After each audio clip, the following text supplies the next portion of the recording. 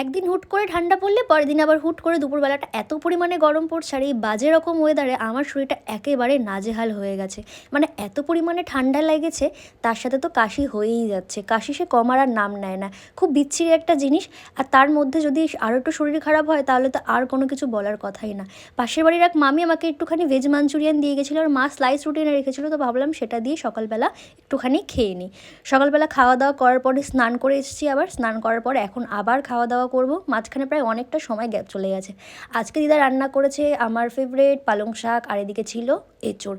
আমাদের বাড়িতে এঁচোড় আনা অলরেডি স্টার্ট, এরপর থেকে আমরা শুধু এঁচোড়ই খাবো। আমার মার ভারী আক্ষেপ যে আমি কেন মায়ের ফুল গাছগুলোর ভিডিও করি না, তাই আজকে ভাবলাম মার ফুল গাছেরও ভিডিও করি। দেখো ওদিকে কত কসমস ফুল হয়েছে, ওদিকে রক্তগাঁদা গাছগুলো অনেকটাই শুকিয়ে গেছে। যখন ফুল হয়েছিল ফুলের ভার আর না সইতে পেরে অনেক ডাল কিন্তু কাটতে হয়েছে।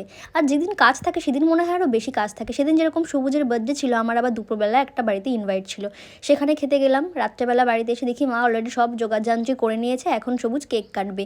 এই কেকটা কিন্তু প্রথমে দিদি ওকে দিয়েছিল, তো এই কেকটাও ফার্স্ট কেটেছিল, আবার একটা কেক কাটবে। মানে এত পরিমাণে ভালো যে আমাদের বার্থডেতে একটা কেক জোটে না, আর ও পরপর দুটো বার্থডের কেক কাটে। গাইস, যাই হোক, আমার ভাইকে সবাই একটু আশীর্বাদ করবেন যেন ভালো থাকে, সুস্থ থাকে। আর তোমাদের সাথে দেখা হবে কিন্তু আবার নেক্সট কোনো ব্লগ।